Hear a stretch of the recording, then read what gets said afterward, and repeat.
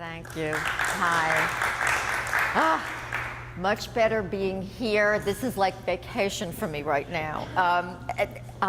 You can tell from my accent, which is when Andre called me, I said, oh, I can see we're compatriots. I'm a transplanted New Yorker from Manhattan for 20 years before I moved to Florida 27 years ago.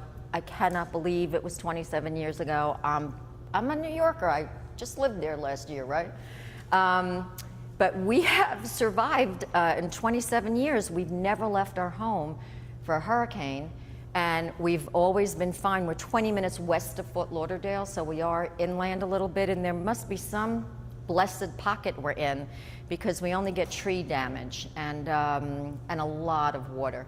So a lot of water came in through our door just from rain for all the hurricanes. So I took my oil clay, and my husband and I stuffed it in the front door and all the and all the cracks. But before we closed ourselves in that way, we took my high fire clay in 25-pound bags and put them outside the door because no more sandbags were left at Home Depot. So all my clay was outside in bags, oil clay was like inside, and you know, and no LED flashlights anywhere. And I needed it for because I am going to suggest lighting for this. So at the last minute, necessity being the mother of invention, we put our cell phones when we photographed.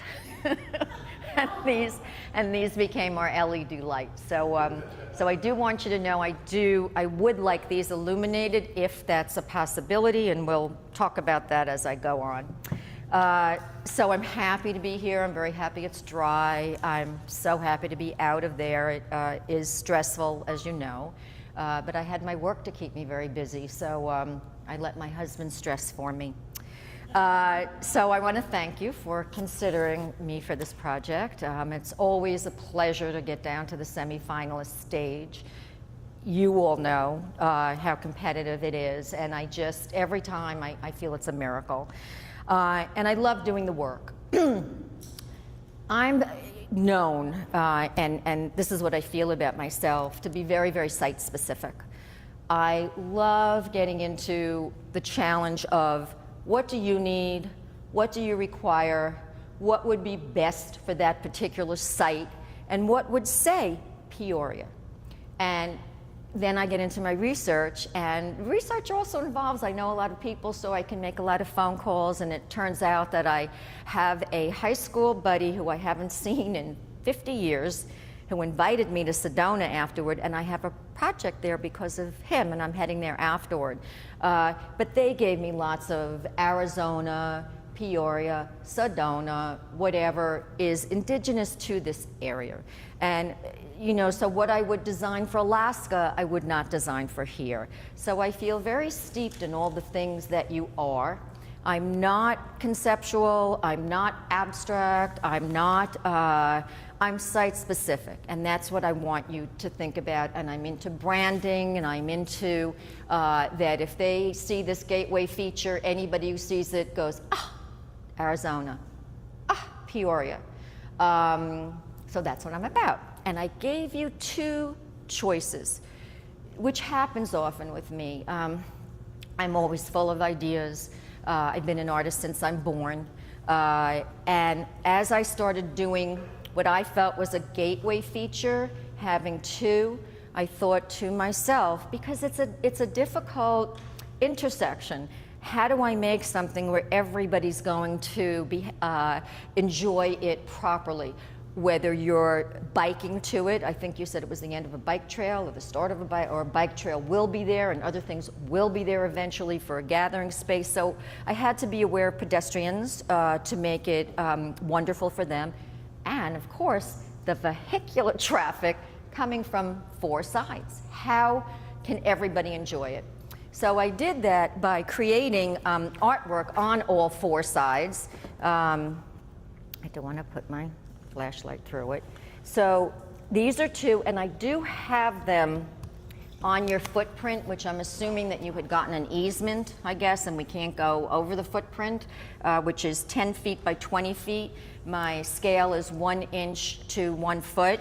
So this is 10 inches by 20 inches, and afterward, or probably you did before, but what's on the front of these is on the back, but each side is a little bit different. Oh, thank you, thank you. Okay. But each side is a little different. Again, giving you all your icons of Arizona.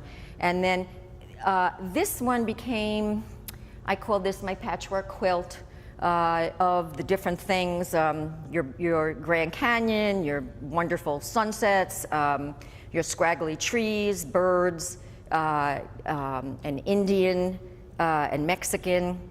I didn't get all your animals in, your javelinas, which I'd never heard of them before. And then there was a YouTube of one that was sleeping on somebody's porch with the cat inside looking at him. But I feel I got most of your icons in there. As the site will have nuanced considerations to ensure safety, I have designed my concepts with a vertical presence, minimal footprint, and bold color.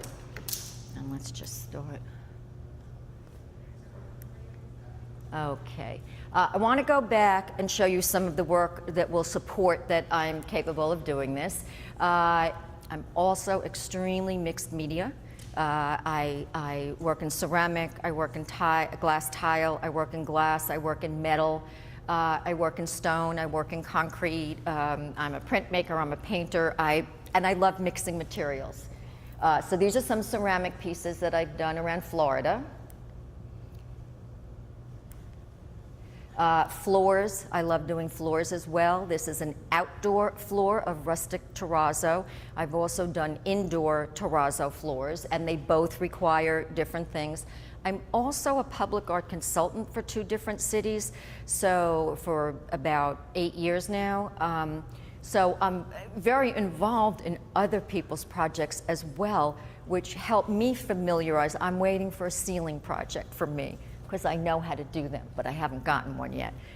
But I know how to do all of these because I'm the project manager on several of them, and ranging in budgets that are extremely high. We just finished about to install a $200,000 sculpture in city of Tamarack, and a $500,000 project that is in a pre-bidding stage now because it's a lot of building.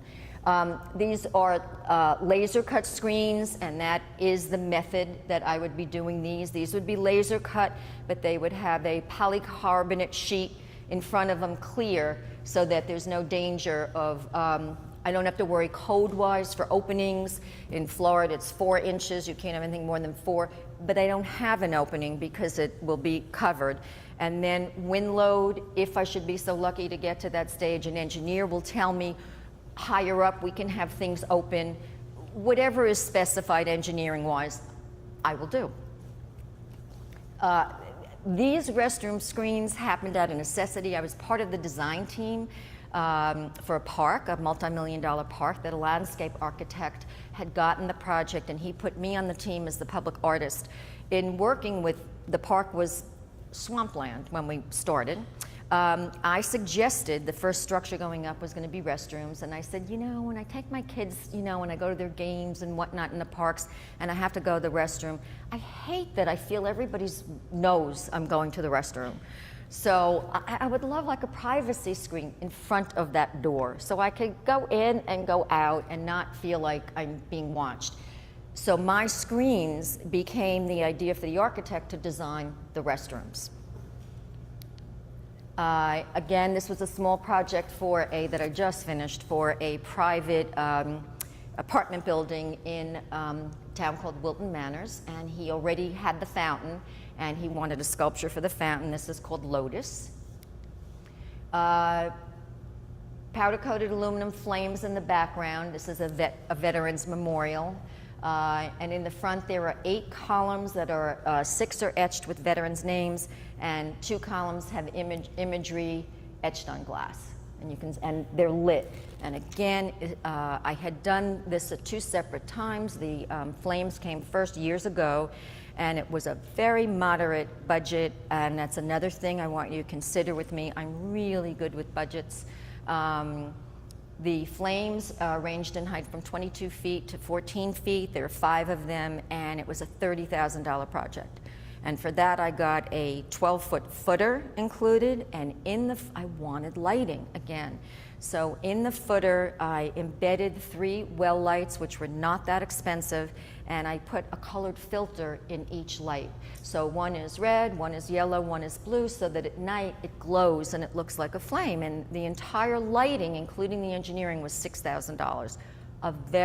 Not the way I started the project, meaning what I had wanted was going to be $30,000. And, you know, I always start with the dream, and if you like the dream, there's a way to work it out with a budget. And it's doable, and it's done through collaboration, through networking. Somebody knows somebody here, and it gets done. And there's another view of the flame from the other side, and you can see the columns lined up there. And it's very monumental, and the wonderful thing about this is it keeps getting added to. More and more veterans are popping up, and we keep having to add more columns, and right now I'm in the process of etching 2 more glass columns for it, and they're going to continue to go around. And the nice thing with the colors also, filters, is that they do bounce into each other when they get to different heights. This is an amphitheater project I had for shows and whatnot outdoors. It had to be about mangroves. It's called Mangrove Canopy, and it's the mangrove tree in the middle with some roots, and the rest is glass and some ceramic. A very modest budget. I think this was like a $10,000 budget. This is another amphitheater that I did in a botanical garden, and I want you to note the seating. I have not brought seating with me because I felt that was presumptuous. If you do want seating, I have several ideas. It can be done, but I felt until we get further along, meaning if I'm selected, I wanted to then get your input and then give you ideas, because I have them. But that was seating there for that amphitheater, which was in a botanical garden. And the floor also is part of this project where I acid stained the concrete by it's a botanical garden. So I took palm fronds from the actual park and very beautiful leaves and flowers from the park, placed them on the concrete floor and acid stained around them so they're stenciled, and then covered it with a protective coating. Oops. This I'm about to install next week, which is why I couldn't be here next week, at a library renovation in Charlotte, North Carolina. It's a library renovation. They extended the library on the ground floor, an additional room, and the upstairs is a terrace, and these are going on the terrace on 2 walls that are already there. And I did a survey monkey to the community of what their favorite poem or something about North Carolina that they liked. So there's little quotes in there, and I took the most popular ones. So the first one is "I'm gone to Carolina in my mind," which is James Taylor. And I always thought it was "I'm going to Carolina." It's not. I'm gone to Carolina in my mind. Okay, now this is how I immersed myself in your culture. So I'm hoping that you can see the iconography in my work. The beautiful colors. Never heard of a Gila monster? Is it a Gila monster he was called? Gila, right. We have very pretty lizards. They're a little prettier than your Gilas, I gotta tell you. And they just live with us indoors and outdoors. I could be watching TV and one could jump on and I'm just used to it. They're very nice, they're clean, and I'm okay with it. Coyotes, love your elk. I was in Colorado a few years ago visiting a friend in Denver, and just loved all the elks that leave their antlers places, and he sent me one after, and it's on my coffee table. Okay, so some things that I started drawing and doing for inspiration, and this is what led to this inspiration. When I work this way, I have all these different colored cellophanes that for me, that's my way to do a maquette representing glass, or this new product that I researched, if you don't want glass and you have the choice. Glass in a public setting, I'm fine with. I've done it. It's, I have very good results. But if you are skittish about glass, This is a wonderful product from a company called 3Form. They can get me all the colors that I want. They can mix colors, which is what I want. You know, I want it going from one color into the next, but it's nice and strong. It's a polycarbonate, and it's pretty indestructible. This is a project I did in Florida, and it also was the inspiration for this. And my right one I was originally going to do, I like to show you creative process because it goes through a lot of different iterations before I finally decide. But I had the Grand Canyon down on the bottom right and changed it to a quail in the finished. And I was originally going to give you 3 gateways, and I really liked all 3 that I had done, but it was too much. You know, it didn't work. You didn't need 3. So this was the 3rd design with my elk, and he didn't make it in, and flowers and stars in your sky. And here's some thoughts about seating.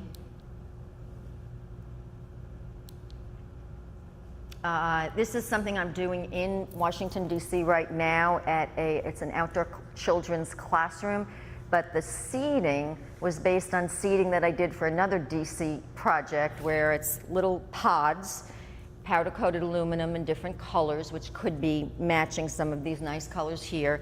And then on top, for Peoria, I felt it would be, this is a bronze medallion, because it worked for that project, and there were 7 of them.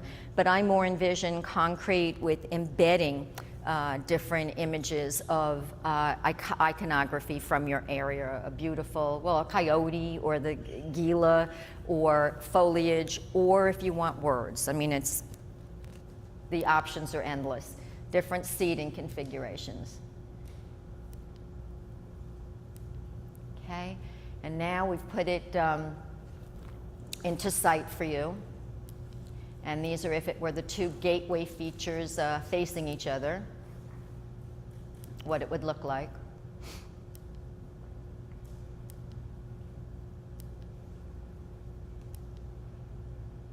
Here they actually are. Oh, she did get it in. Oh, no. Sorry, that's what you were busy doing. I was busy being worried that I have to start. Okay, nervous, I should say.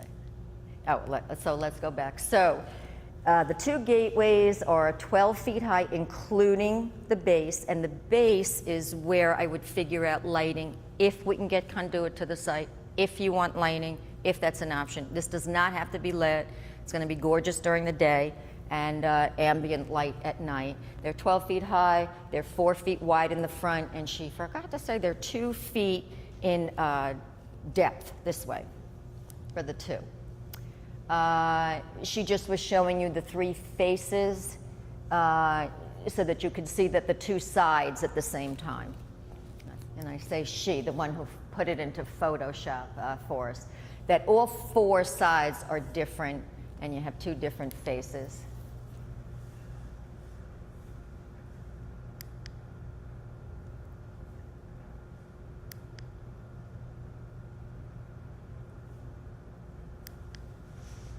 And we're calling this one the landmark sculpture, if you prefer just having 1 landmark instead of 2 gateways.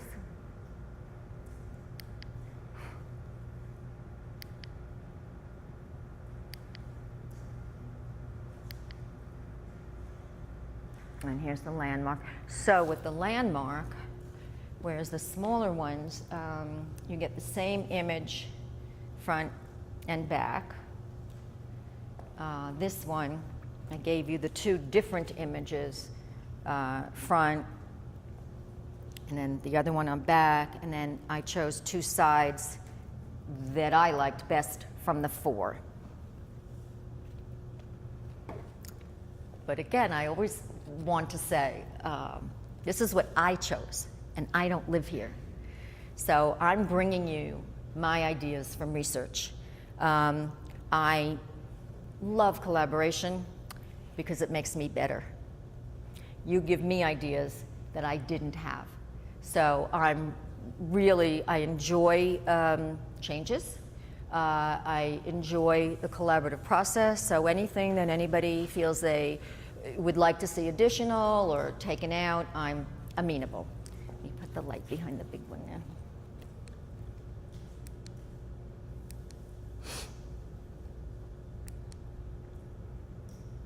Okay, so this one is 18 feet high, the front is 6 feet, and the depth is 4 feet. So there you're seeing one front and one side, and here you're seeing the other. And I don't call them a front and a back because every side, this truly is a sculpture where 360 degrees is interesting. Anywhere you go, you have something nice to see. Materials that if you don't go to class, the other material, how would that hold up in the Arizona? Wonderful. That's why I'm thrilled with it. For years, I would love to use acrylic or Lexan outside, and it's not made for outside. This is made for both exterior and interior, and I will provide you with their website, and there are images of exterior installations on buildings. So it's great for outdoors. And the sun would not change the color at all? Won't change it, won't yellow it. These are the colors you can get, and they will make custom for me because I'm going to want it, you know, to blend in. And the material that's not that, what is the other material? Well, I would do glass if you wanted glass. Steel.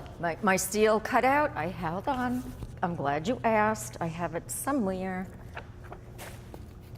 Is it in this suitcase?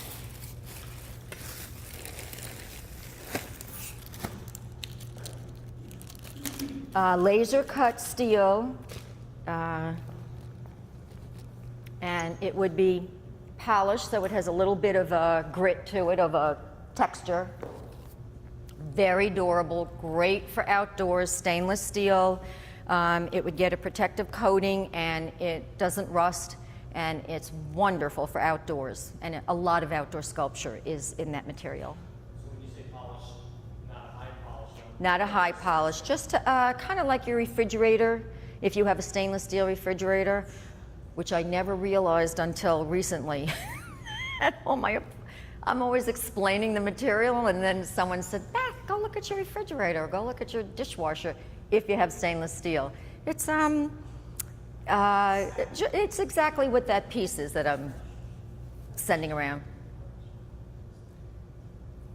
Beth, how would it change your budget if we were to opt for seating? Because you mentioned seating as an option. How would Right. that change?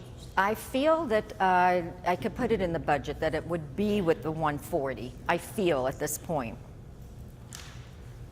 And also, does it change the budget whether you use glass or your No, they're the same. So with the renderings, there was a little bit of a zigzag piece in the front. That's just simulating the curving. That's not part of anything else then? No, she did that in Photoshop. She was trying to find the best that would simulate what was there. I don't know why she put it in either. It must have been what she found in SketchUp or Photoshop. You have to find what's available if there are not architectural SketchUps. And Christina sent somebody out with an iPhone who took pictures, and that's where you got it exactly on the site with those rocks. But she just put it in a program that had that, but it's supposed to simulate. Yeah, it's not part of my design or budget. I have a question. Sure. About this, and it's actually a question that he had, and that is about sun reflecting from this, because we have such bright, Right, right. especially east and west Right. at those times of the day. So, I mean, we don't want our drivers. Right, to have glare. That's why there's a slight polish. When I say polish, I don't even mean polish. It's a brush. Thank you, brushed. That shouldn't, we wouldn't think that would be. No, an issue. no. So Beth, you say down here that the lighting has not specifically been budgeted in there, so. That's because Christina could not answer for me, because you don't know yet, if conduit's going to be there, if power is available. Right, you have to get power to the site, that's just something you have to work together on. Right, There is power, right, there's traffic lights, like, 10, 20 feet away. So we can tap into whatever we need and have the electric to your sculpture.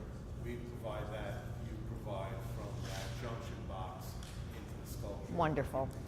Okay. Again, I would have to research the cost of that, but if the conduit is there, it's very much more doable, and I will try and work that into the budget. Is there an internal lighting option? Because you talked about only external. No, it's internal as well. I want internal. Again, it's early to tell. I think internal is going to be enough, but if we want external, we can do that too. Problem with external and depending on pedestrian usage, you have to be careful to put something that's going to be vandal proof, if there's such a word. And that's why when I can, I do well lights that are in the ground, but then a well light's not going to go like this. So right now, let's think of internal lighting where they'll just glow at night.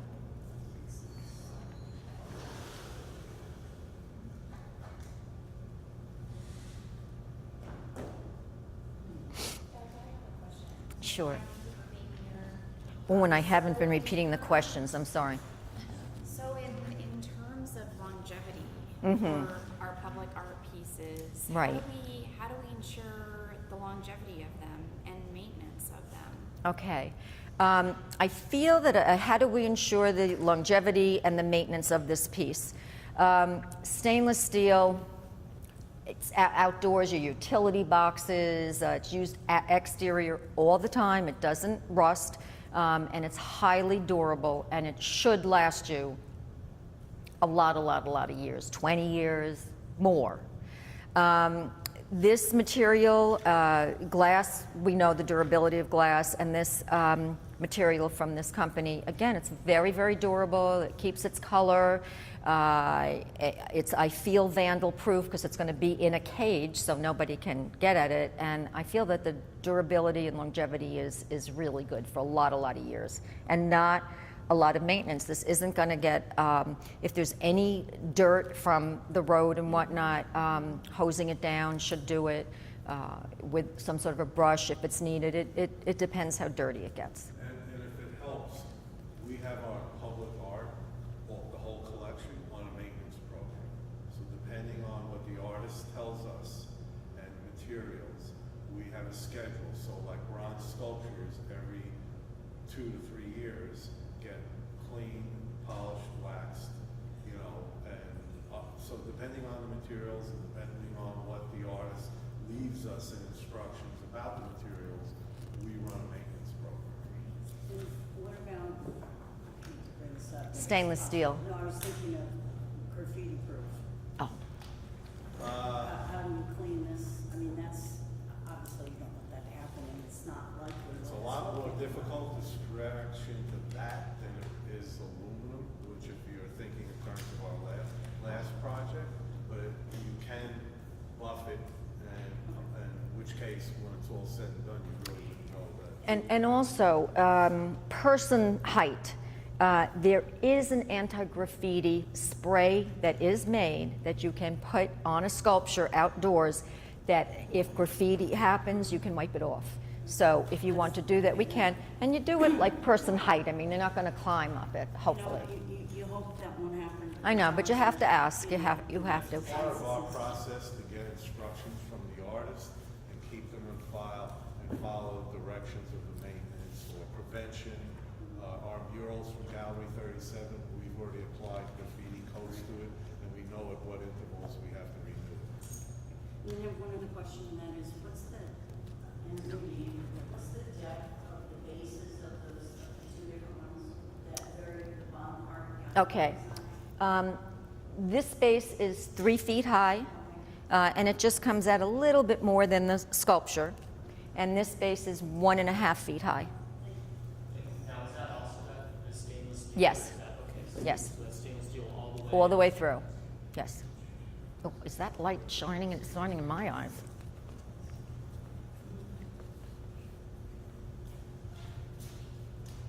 Okay.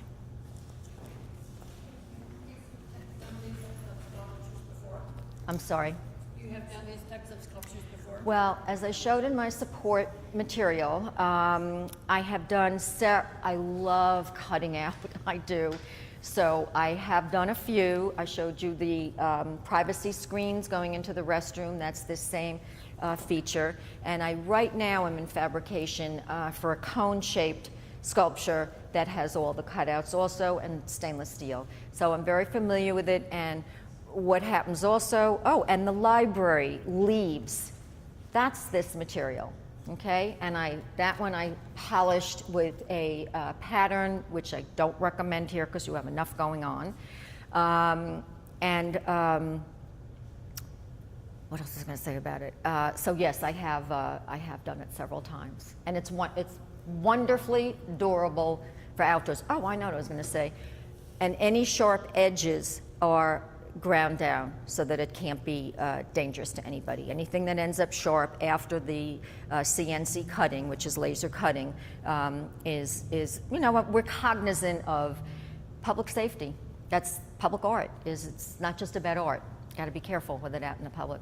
We are all responsible for that.